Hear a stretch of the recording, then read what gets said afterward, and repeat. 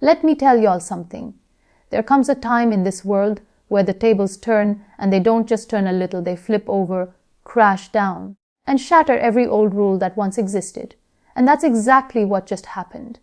Burkina Faso, a nation that thought it could hold its ground, that thought it could keep on walking tall with the backing of a few global bullies, just found itself kneeling before the very country it used to underestimate. India. Yeah, that's right, folded, straight up folded. After trying to play tough on the world stage, after trying to talk loud with no depth, after letting itself be used like a pawn in somebody else's game, it ended up standing face to face with a power that don't blink, don't bend, and don't back down no more. See, you got to understand how we got here. This ain't about just one move. This is a long game India's been playing. While other countries were out here barking orders, tossing around sanctions like candy and acting like they still run in the colonial world, India was working quietly, strategically, peacefully, but powerfully. It ain't showing off in every headline, but you better believe it's showing up in every decision that matters. India was building relationships where others were burning bridges. It was bringing solar power where others were bringing death traps. It was delivering rice, medicine, and respect, not missiles and manipulation.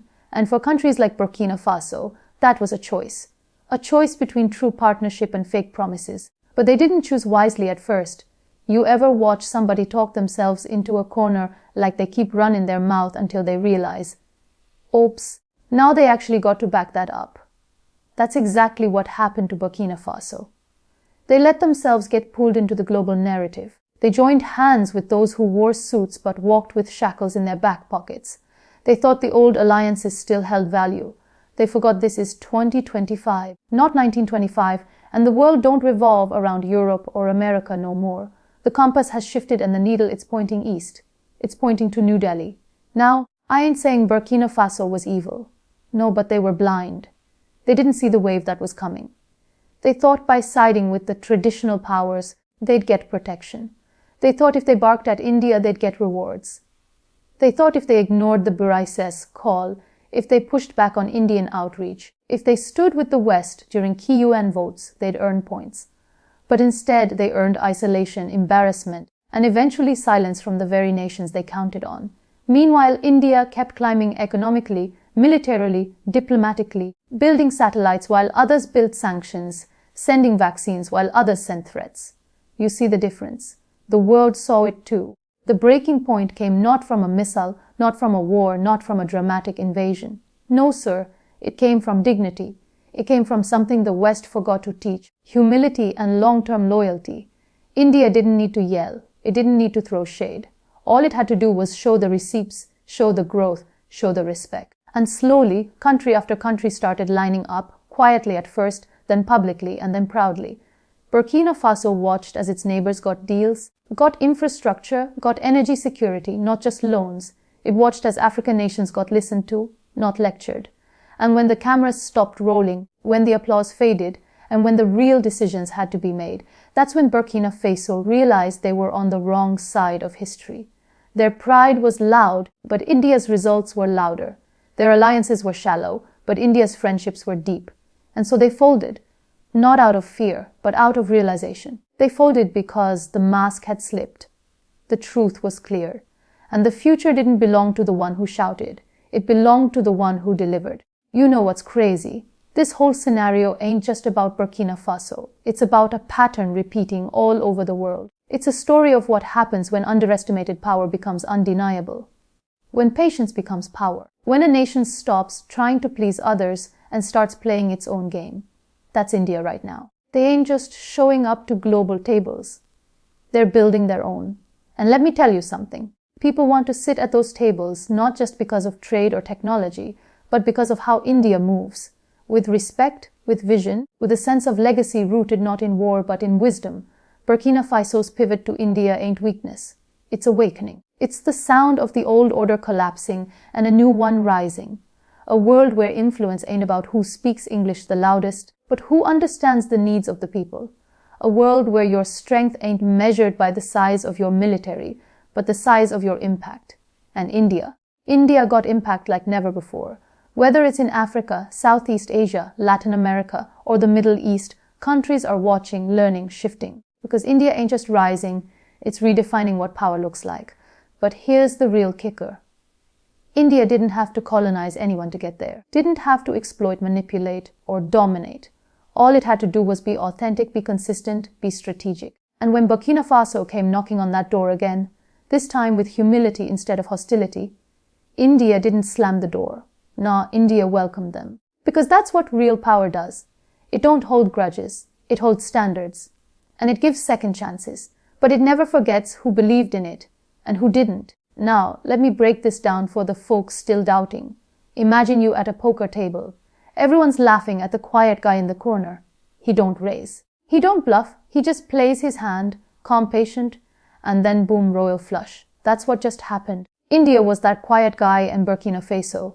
That was the loud player who thought noise equals strategy. But when the cards were down, they were the first to realize the game was already lost. This moment is going to echo. Trust me, other countries are watching this. They're taking notes. Because what Burkina Faso did, that surrender, that shift, it ain't weakness. It's a signal. A signal that a new era has arrived. One where countries no longer have to pick sides based on old alliances, but on who actually delivers. And India, oh, it delivers. With satellites, not soldiers. With trade, not traps. With respect, not regimes. This is why so many of the big powers are panicking. They see their grip slipping. They see the headlines changing. India signs deal with X nation. India expands solar power in Y region. India launches humanitarian aid to Z continent. And every time that happens, the old empires feel a little less relevant because their playbook is outdated. But India's writing a whole new script. And guess what? Everyone wants a role in that story now. Burkina Faso, by folding, just gave the world permission to shift. They broke the fear barrier. They showed that even if you once picked the wrong side, you can still walk toward the future, if you got the courage. And India just proved again that it ain't going to gloat. It ain't going to mock. It's going to build. Together, side by side. Because the real flex, it ain't in revenge. It's in rising so high they can't even see you in the rear view mirror no more. You know what this all really comes down to? Timing. See, for decades, India was kept on the sidelines. The world saw it as the back office, good at code, cheap labor, yoga, curry, culture, but not leadership. But that was just the surface. Underneath, a giant was stretching, waking up, remembering who it was. Not just a country, a civilization, a force. And now that giant's walking steady, tall and unbothered. Burkina Faso's fall wasn't their end, it was their beginning, a second chance to walk with power instead of puppets. And the world, it better take notice. Because if India can shift the mindset of a country that once resisted it, just by being consistent, respectful, and excellent, then baby, imagine what comes next. India is not just playing the game, it's changing the game, and one by one the world is folding to that reality, not out of fear, but out of faith. Faith in a new kind of leadership, one that don't need to dominate, just demonstrate. That's what just happened with Burkina Faso.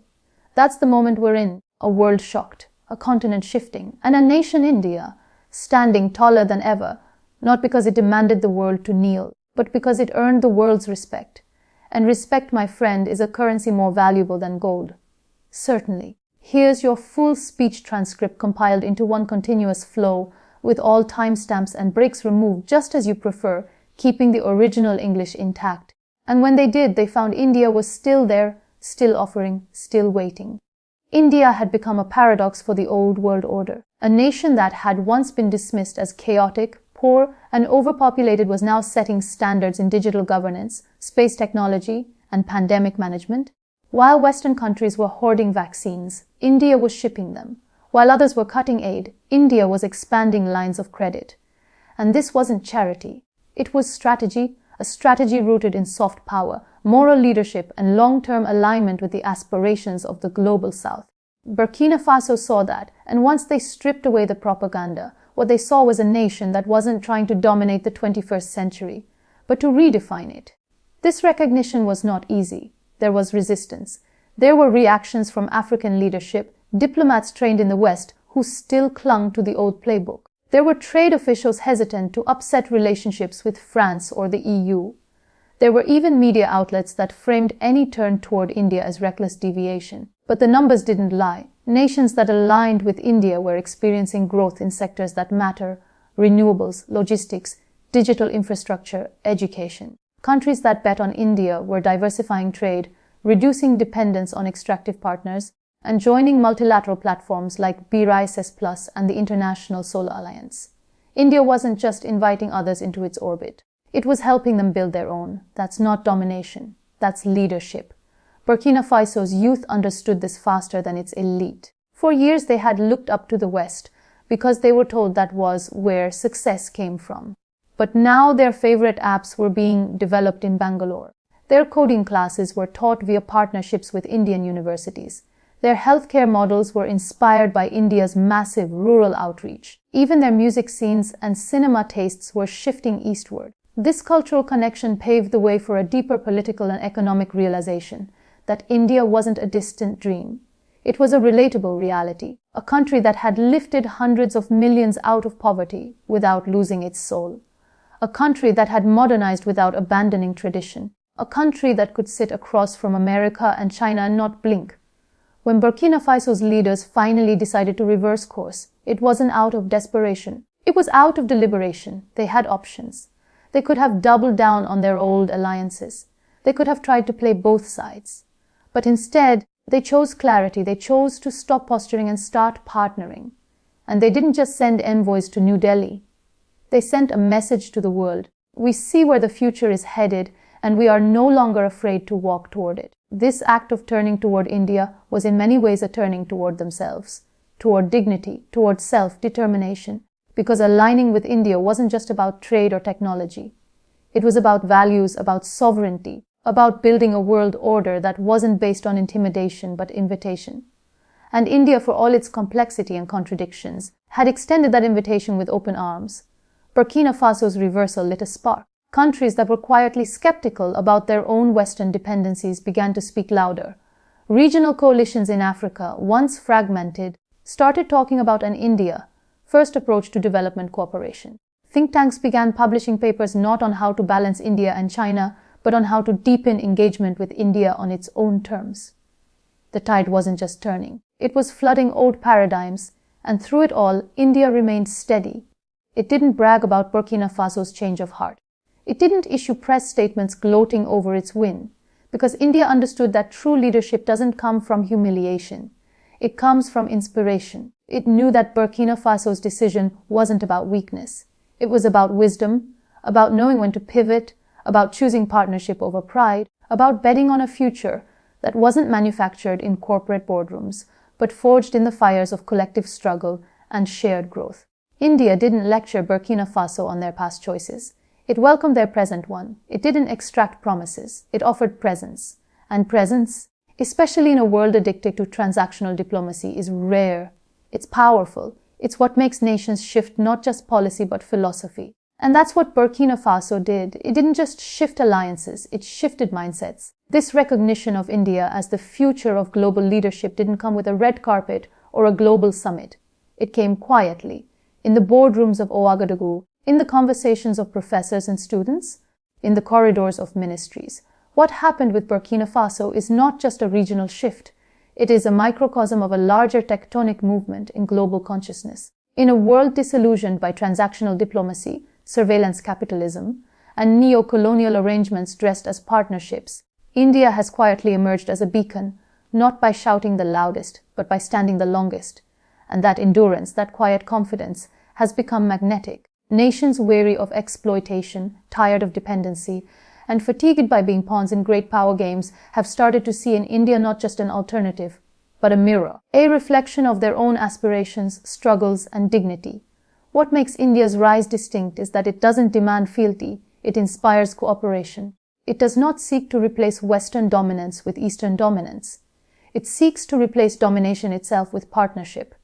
India's approach is civilizational, not transactional. It extends history, culture, technology, and spiritual depth as a foundation for trust, not as tools of leverage. Burkina Faso's realignment is significant not because it chose India over someone else, but because it finally chose on its own terms. It marked a generational shift from dependency to dignity, from scripted alignments to sovereign decisions. For decades, nations like Burkina Faso were told who to trust, what to believe, how to vote, what to accept as truth. But now, in India, they see a partner who listens more than it dictates, who shows by doing rather than demanding by default. And it's not just about diplomatic visits or trade agreements.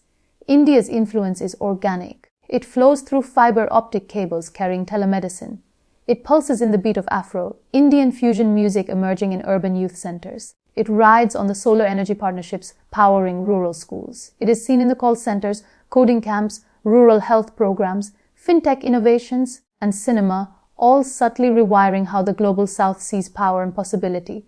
This is not a geopolitical alliance based on fear or debt. This is a cultural and economic handshake rooted in mutual upliftment. And it's not forced. That's the beauty of it. It spreads because it resonates. India never promised Burkina Faso a utopia. It promised respect. It never painted over the challenges. It offered tools to overcome them. In a world obsessed with imposing models, India has mastered the art of offering frameworks adaptable to local needs. Its success lies in its flexibility, in understanding that one size doesn't fit all. India does not preach sovereignty, it enables it. That alone marks a seismic shift in the vocabulary of international relations. And that shift is spreading quietly, irresistibly from capital to capital, from village to village, from institution to institution.